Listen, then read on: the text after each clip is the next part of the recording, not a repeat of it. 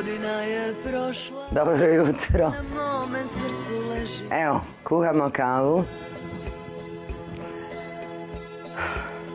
Koliko tebi je doručak važan?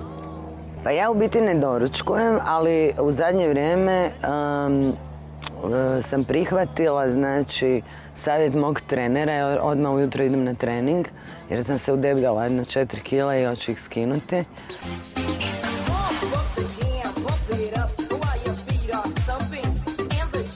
To je nešto specijalno, samo sirovo voće i povrće, vidjet ćete. Božanstveno. Malo neozbiljno normalno kad nema ništa za raditi, kad je u fazi pisanja, jel? Ali što se tiče samih nastupa, izgleda, kondicije, pripreme za taj njeni posao, definitivno odgovorna osoba, jel?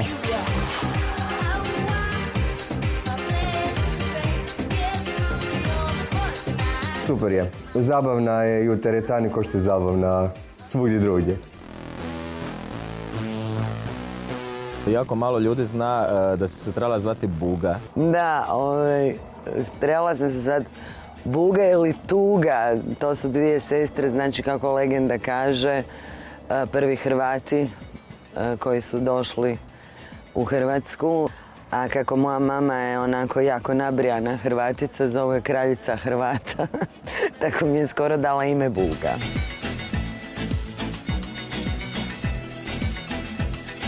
Možeš nam otkriti kakva si bila kod djevojčice? Pa znaš šta, bila sam živa, uvijek sam imala neke svoje klanove, tukla sam se sa dečkima, imala sam onako svoje pleme Amazonki.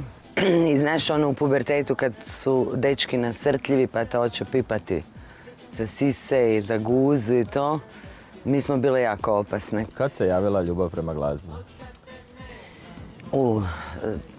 Rano već, u osnovnoj školi kada sam upisala klavir. Znači, tada sam već počela komponirati nekakve svoje kompozicije. Ti si kriv, što sam takva žena. Ti si kriv, što sam usamljena. Ti si kriv, što ne mogu. Nemam snage ni da hoću. Aj strofu ovu cijelu ovu prvu. Vrlo je teško pisati Alku Vujcu kratko. Ona je jedinstvena, ekscentrična, takva kakva je i neponovljiva. Ajmo zapaliti. Kakva je bila tvoja prva ljubav? Moj sin kaže da sam fosilka, jer sam se poljubila prvi put sa 15 godina. Tog prvog poljublja se sjećam, niti on znao ljubiti, niti ja, iako je on bio maturant na jednoj klupici. Katastrofa, mislim. To je više bilo balavljenje nego ljubljenje, znaš onako. Moraš se obrisati. Kada sam otkrila Bowija, to je bila bezgranična ljubav, bez granica. Imala sam čak i erotske snove sa njim. Postoji li neka osoba koju bi okarakterizirala kao ljubav svog života? Postoji, ali mislim da mi je rano o tome govoriti. Ljudi uđu u moj život, ja ih pustim da me osjete.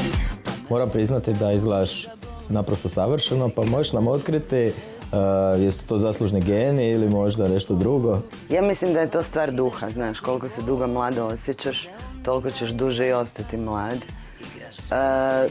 Međutim, vidim ja promjene i znam ja sad na šta ti ciljaš kao. Hoćeš li se operirati? Eto ga, to je moje sljedeće pitanje. Pa bi li se ikada podvrgnula nekom estetskom zahvatu? A to ti zategne, kužiš to? Ajmo malo. Samo li si išao? Bi, kako ne, bi već i ranije, da me nije strah, ali onako odlučujem se, jer stvarno uopće se ne mogu pomiriti sa starenjem, mene to užasno nervira. Je li bilo teško podizati dijete sama, bez oca? Pa ja mislim da je dijete teško podizati i sa ocem, a kamoli bez oca. Naravno da uvijek ta muška ruka fali. Ali, šta da ti kažem, ima to i svojih dobrih strana. Znaš, niko te ne zbunjuje.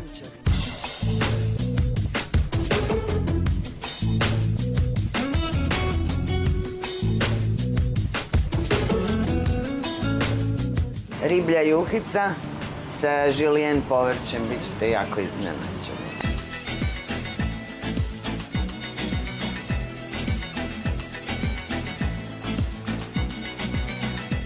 A šta je to? Evo više, ovo će biti risotino sa škampima i dinjom. Prvenstveno dobar čovjek koja je definitivno donijela osvježenje u mom životu. Prava osoba u pravom trenutku, mnogo je volim kao kuharicu, kao umjetnicu i kao čovjeka.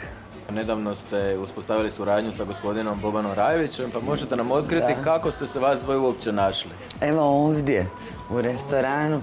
Tu smo sjedili, bilo onako jedno lijepo društvo, baš smo se opustili, dobro nam bilo, Jalka otpjevala pjesmu koja se tada zvala Kralj i sad smo je prekrstili u Kraljicu i Kralja. Odlučili smo da bude duet. I pjesma je još bolja nego što je bila, a već je bila fenomenalna. Premijerno ćemo moći i čuti kad? 4.11. 4.11.